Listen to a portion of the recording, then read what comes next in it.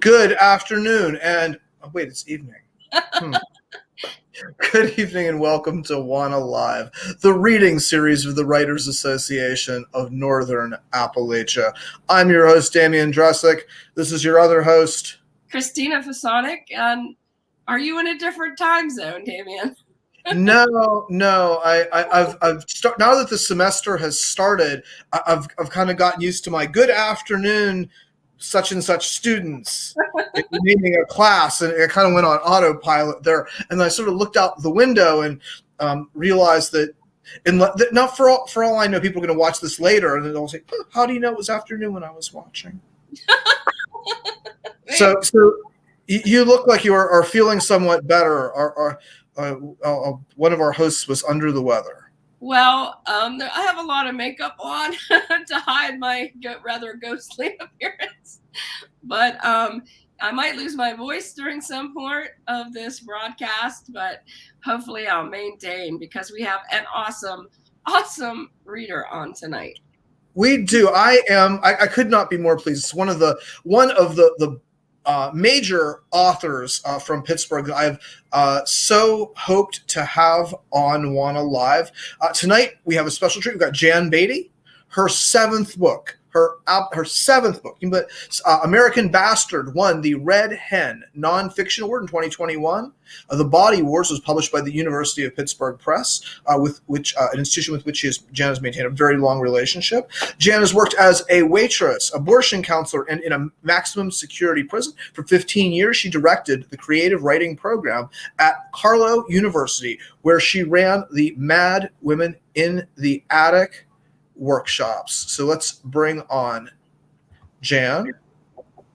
Hey. Hi, Damian. Hi, Christina. Hi, everybody. So nice. Good evening. Yeah, it's good to be here.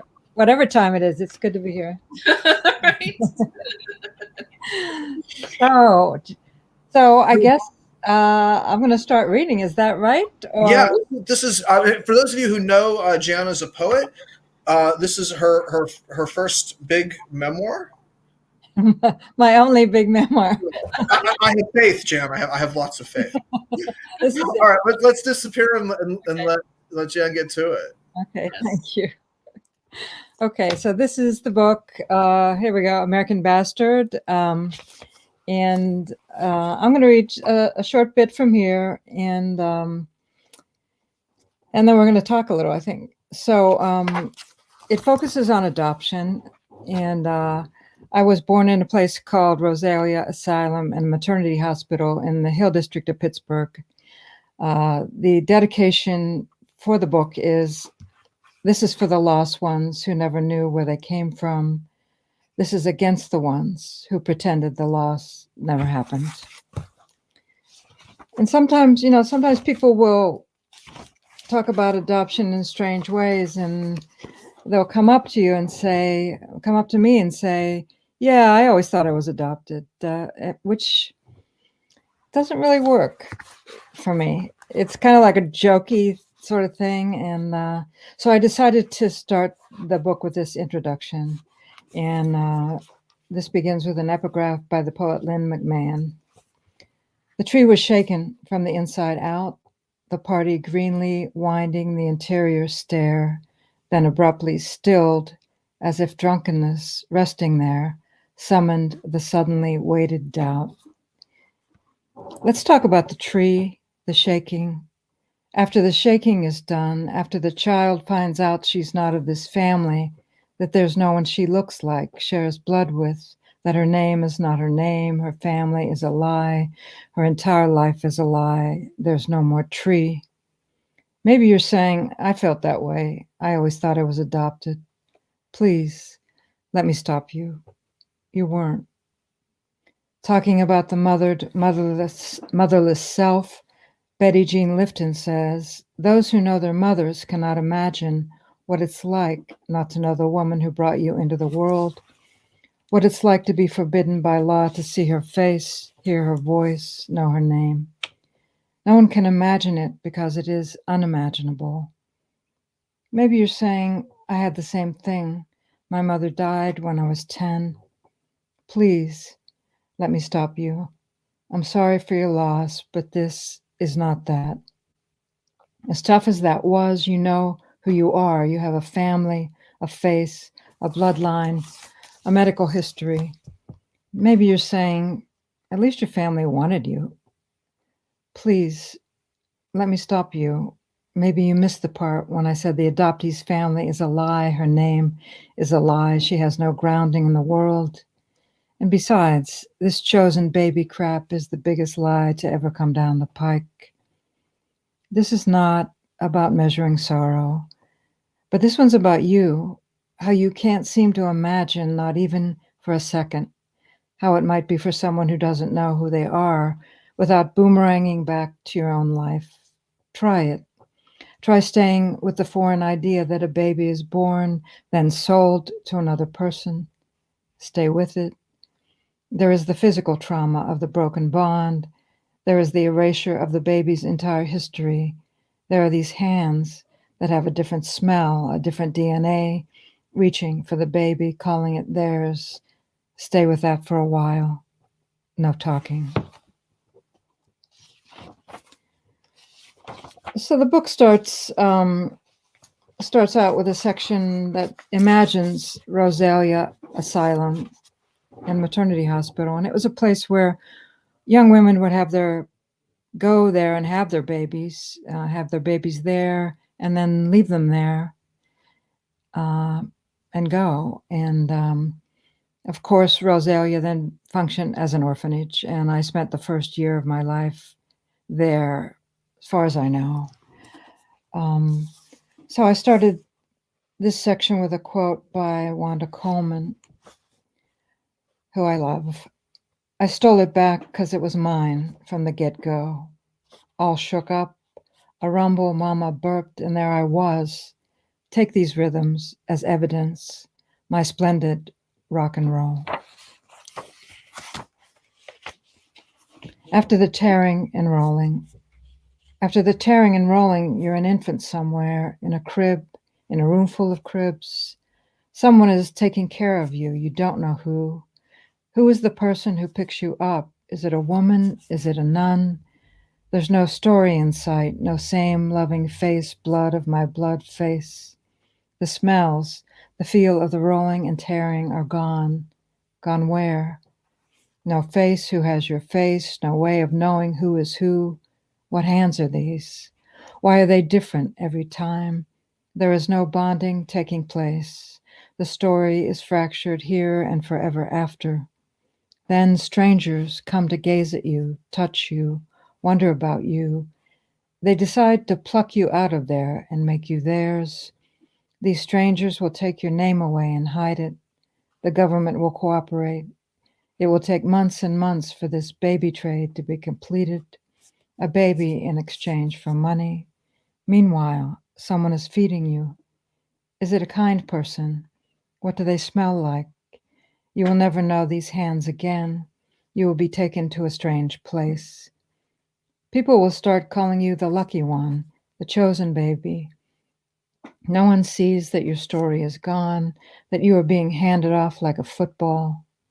From now on, everyone will pretend that your first story never existed. They will act and want you to act as if you are one of them, their blood, their faces, their world.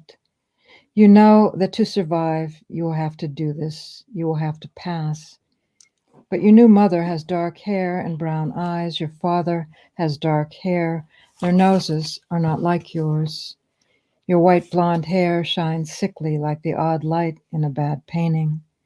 Later, you look at your cousins. They have beautiful long eyelashes, all of them, the same. You value how others resemble others. You long for it. In first grade, you refuse to make a family tree. Your parents and teacher suggest you make one based on your new family. You refuse. And I'm going to read just a short piece of when I met my birth mother. I'm not going to read the whole part, but it took me until I was 32 years old to find my name and to meet my birth mother. It was really hard to find her, and then she didn't want to meet me. So this is the beginning, just the beginning of this section. I wear the red dress.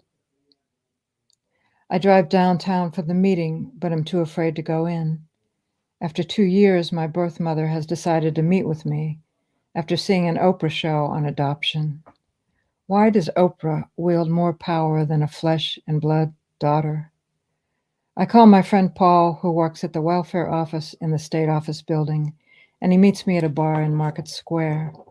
It's morning, but we drink 2 shots of cheap whiskey each, and he walks me over to the investment building to meet my birth mother. I'm an alcoholic in recovery for approximately 27 years now.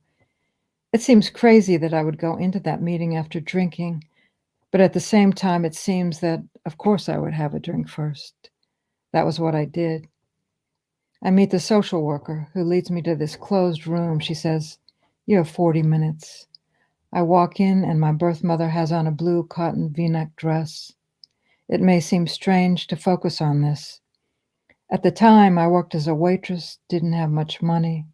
I owned 2 dresses, a red one and a blue one. I decide to wear the red one to the meeting, and my birth mother is wearing the blue one.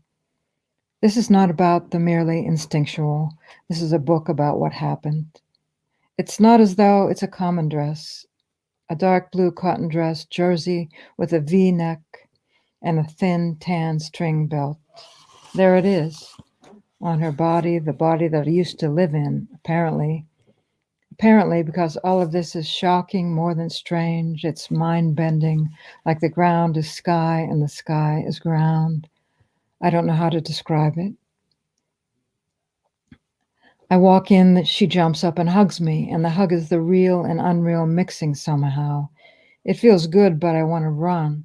I want to get her off of me because who is she and where has she been? We sit on basic chairs a few feet apart in this square room in this office building and start to try to speak about our lives. She is sobbing hysterically, deep, ongoing sobs, and saying, "I'm sorry, I'm sorry." It's a shocking and disturbing sight, this woman who I've never seen except at birth, sitting before me, crying and crying. And I think maybe I'll stop there because I see that it's almost 20 after 8. So I don't know. I'll check with Damien. I think we were going to have some questions, or I could read a little more. It's depending on the show. We're fine with you reading some more. Yeah. Okay.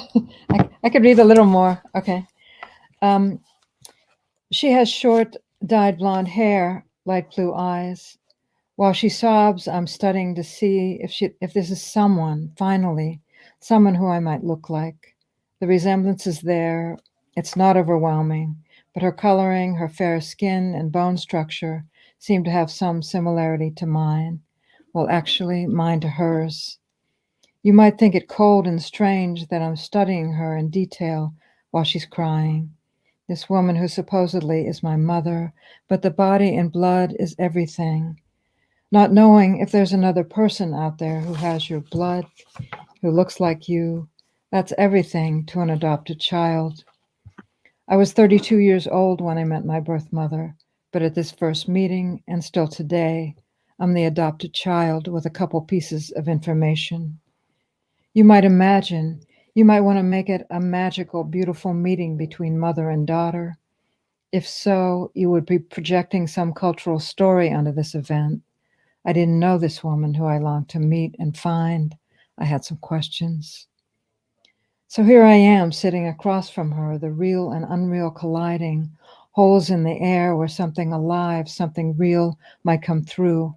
40 minutes. I feel bad for her, but I want her to stop crying. I think this might be the only time I see her. I need to know where I came from. I want the story. How did I get here? How did it happen?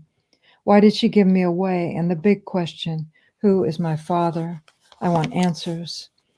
I tell her I have the same dress at home. You're kidding, she says. No, I'm not. And I ask her where she bought her shoes. Baker's, she says. I tell her I have those same shoes at home. Brown low heels with a strap. Nice shoes. What is that? Does the same blood give us the same fashion sense? It's too strange to take in and still is, like a genetic code leading you into a dress store. She starts to talk, and the questions she has are disturbing to me. Did you have a good life? I think, of course I didn't. You gave me away. What are you talking about? I'm just starting my life. What is a good life anyway? I'm suicidal. I struggle to stay alive. Would you call that good? I say, I guess. I mean, it's hard to say. She says, did you do well in school? What is she talking about?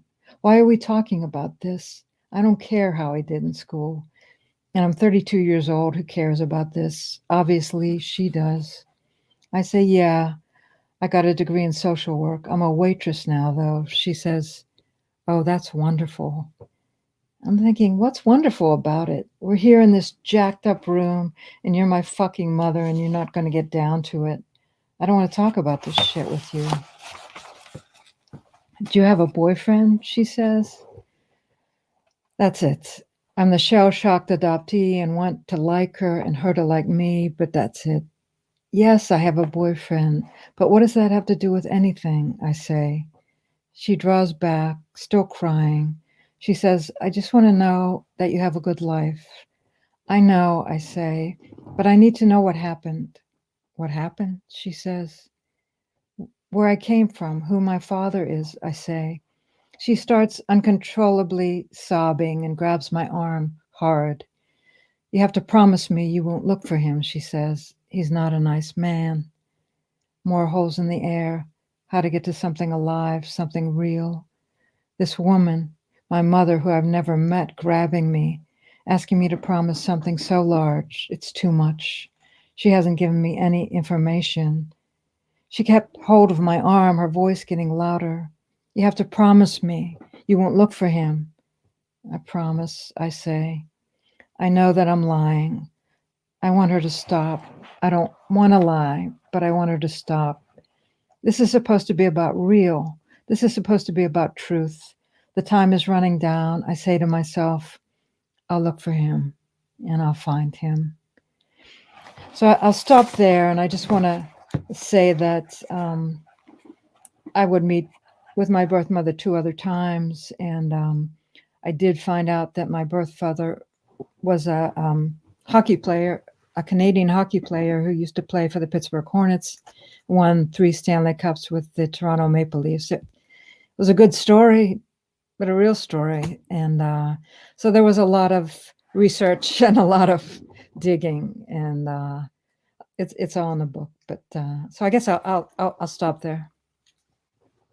I feel the way I did when I first heard you read from this at Lit Youngstown, simultaneously at the edge of my seat trying to figure out what happens next, and also feeling somewhat ashamed of myself for being captivated by this story that is so heartbreaking and amazing at the same time. Well, yeah, I don't want you to feel ashamed of yourself. No, I think that means to me that you're a hell of a writer. Thank you for making me feel that so deeply. Both of those like emotions. In the Lit Hub piece you wrote about this book, you said, the story of writing my memoir is the story of what the body knows before the conscious mind follows. Yeah. And I'm really interested in maybe you could say a little more about that to our viewers. Oh yeah, and I think in other ways everybody knows this, you know, depending on what your trauma is or your life experience is. You know, we all have bodies that have memories that are below the surface, and on any given day they can come out or come up unexpectedly. You know, sometimes they come out in making us sick, you know, physically sick, or sometimes, you know, you run into somebody and you think they remind me of someone, or I know them from somewhere, or I feel like I've done this before, or whatever it is, and I believe that those are deep-seated memories, and with me and this book, I mean, I knew I was adopted from the time I was 6 years old, even though I didn't know where I came from. And so just knowing in my body that everything felt wrong, I mean, I didn't have a horrible childhood, but I just felt like I was in the wrong place and had a horrible relationship with my adopted mother. But so I always was running away and just, searching. And I know a lot of people search, but this was like sort of a terror. I used to, I was terrified growing up and would hide in books and hide in writing. And thank God for that, and hiding in music. And so my body knew something was very wrong, but I couldn't put words to it. And it took me like 20 years to write this book, which sounds crazy, but I didn't know how to talk about any of it. And I had to, I think, mature as a writer and also go to a lot of therapy to be able to address certain issues here. And so, I think we all know, like, we're carrying around these stories, but how do you deal with it? How do you deal with all this stuff that we're walking around with? And I know that both of you, Christina and Damien, as writers, you know that when you do a prompt with a class, sometimes unbelievable stuff comes out. And if you hadn't given that prompt, probably those things wouldn't have come to the surface. So we're all walking around with body memories, and it's kind of scary at times to think about that. And it can be very, difficult. I mean, I tell my students, if you're writing about something and it really, upsets you and gets you off balance, put it down. Your mental health is first and foremost, and the writing is second, because this stuff is heavy duty, as you guys know. Yes, I've had situations in the writing classroom where I felt like what bubbled to the surface for a student or two was beyond anything I could handle. I'm not a psychiatrist or a therapist, and you're exactly right. You don't know when you get a prompt what is going to happen. As I was listening to you tonight, and as I read your book and read your essay about it, I kept thinking about place, because you start in that Lit Hub essay about place and topography, and I kept thinking about body as home, body as a place. And every time I hear you read from this, I think about that and what happens when our home doesn't feel like home to us, and all of those things. So thank you for making me think about that more. Yeah. I don't think it's crazy at all that it took you 20 years to write it. I'm impressed that you were able to write it at all. I mean, it's in my own life, like, this is just something I steer completely clear of because I anticipate I will be undone. Yeah.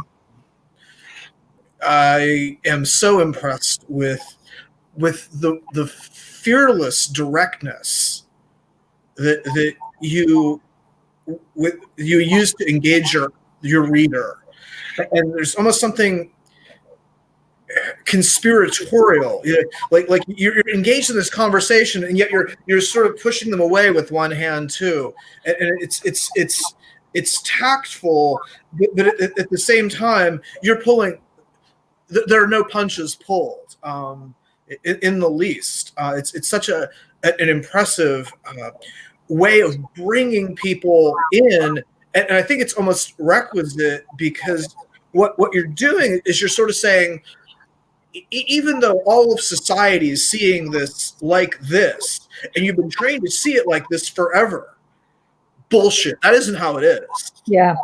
And that holding on with that power and strength to that perception, because you know it's right. That's what amazes me about your work. I will never forget. I was living in south of Squirrel Hill, And I didn't read a lot of poetry. And I remember this was 2002, and I was reading Bone Shaker, and I was like, wow, this is the best poet I've ever read. Holy shit! And then I look at, she's from Pittsburgh. So that was pretty neat. I really like it. Feel like this is I don't know. There was a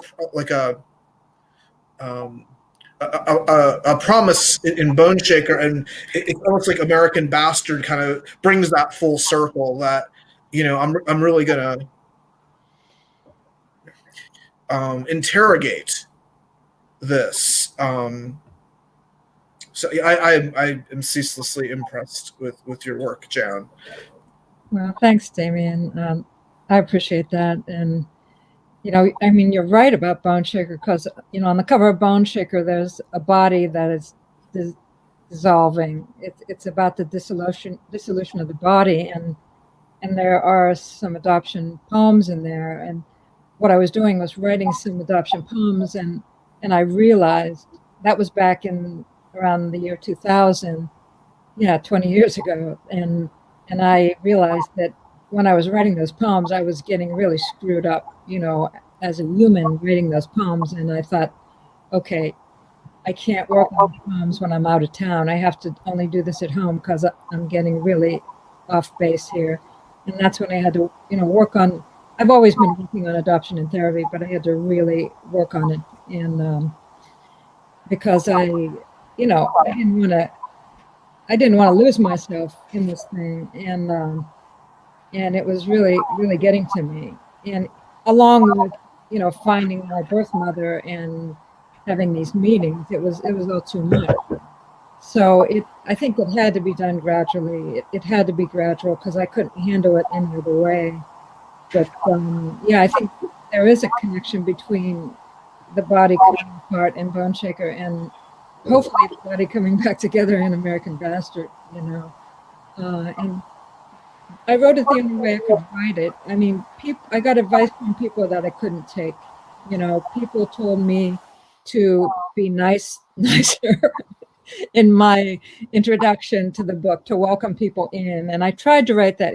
I did write that introduction, and I didn't like it. And I felt like it was boring, and I felt like it wasn't true to how I believed. And I'm like, fuck it, I'm going to write the pissed off introduction.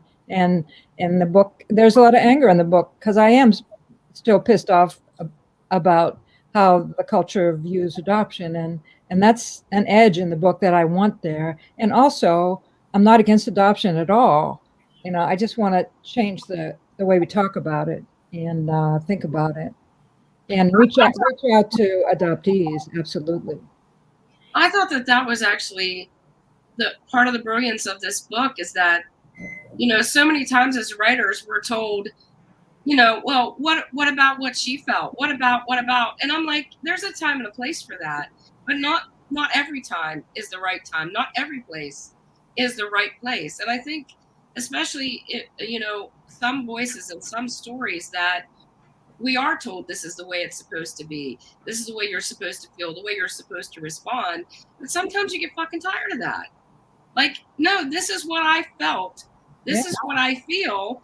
And if it pisses you off, that's not my problem. Well, it's your book that you're writing, in the end. And I don't even think it's that. It's like you're bonding with your reader through confrontation. They trust you to tell them the truth. That's my read on it. We have some folks who are watching who are saying some things. The Watershed Journal, so inspiring to hear your story and your insight into writing. Thank you. Oh, thank you. We've got Carrie Connors, a Bone Shaker fan, saying Bone Shaker is amazing. Thank you, Carrie. And the introduction is perfect. I really related to it from Susan.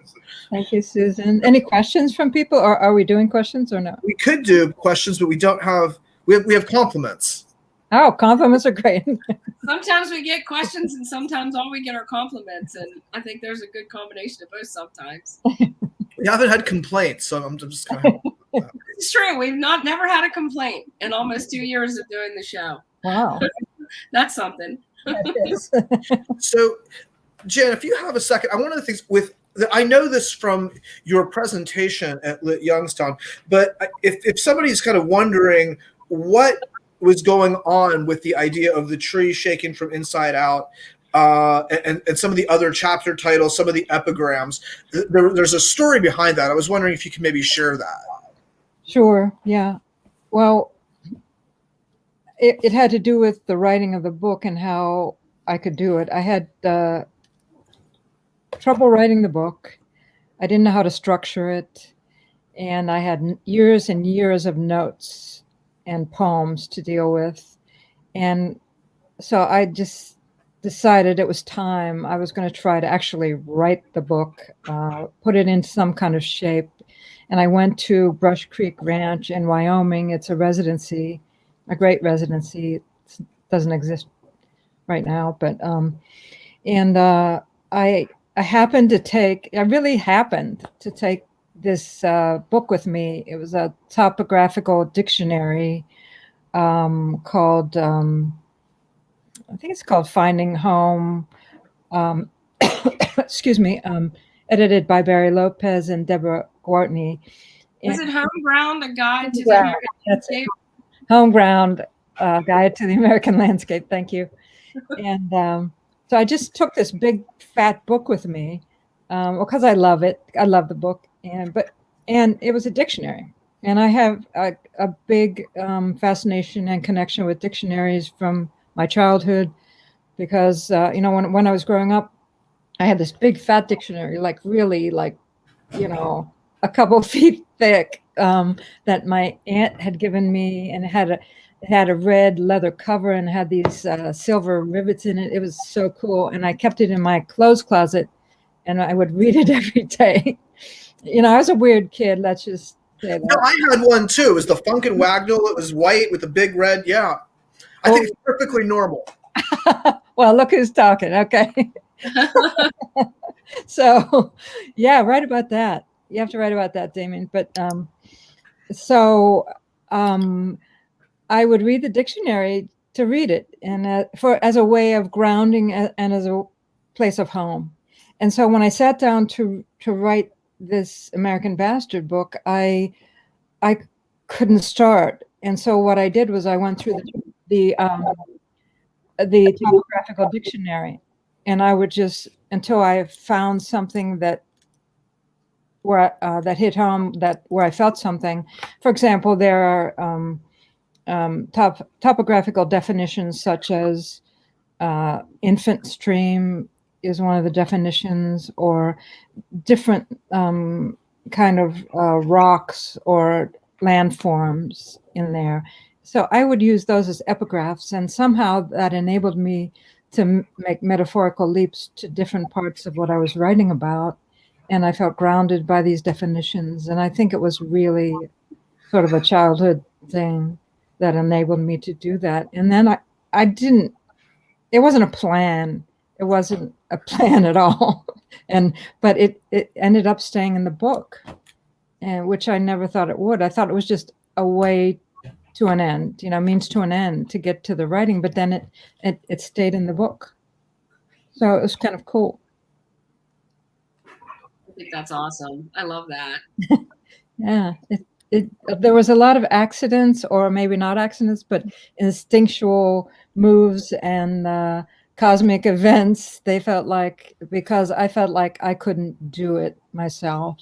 I needed the help of other writers. That's why I have so many quotes from my family of strangers. I call them other writers who have held me up over the years, and musicians are in there who I love. So I feel that they've held me up in the writing of the book and in the publishing of the book. Excellent. Well, thank you so much for making time to come on, Jen. We really appreciate it. Yeah, thank you. You guys are doing great work here. I love this idea of, a shorter version of things, and that way it's easier for people to tune in and do their lives. So it's very cool. Thanks. Thank you for being on. And before you go, I wanted to give a shout out to what I know is one of your favorite things, and that is the Madwomen in the Attic. I first took my class with them this past summer, fell absolutely head over heels in love with that work. And I know that you ran that program for a long time, and I know that you're also missed there, and it continues to go on. And I feel like this area, and now nationally and internationally, women can benefit from just truly the best writing workshop I've ever had. Oh, that's good to know. Yeah, everybody can sign up. Well, women can sign up for workshops. Please look it up and, get in touch with me if you need information. All right. Well, our guest tonight was Jan Beatty, reading from American Bastard. And I bet, Jan, that can be had at every indie bookstore in Pittsburgh. I think so. White Whale, especially. Encourage people to support them. Yeah. All right. Thanks a lot, everybody. See you next Thursday night. Bye, everybody. See ya.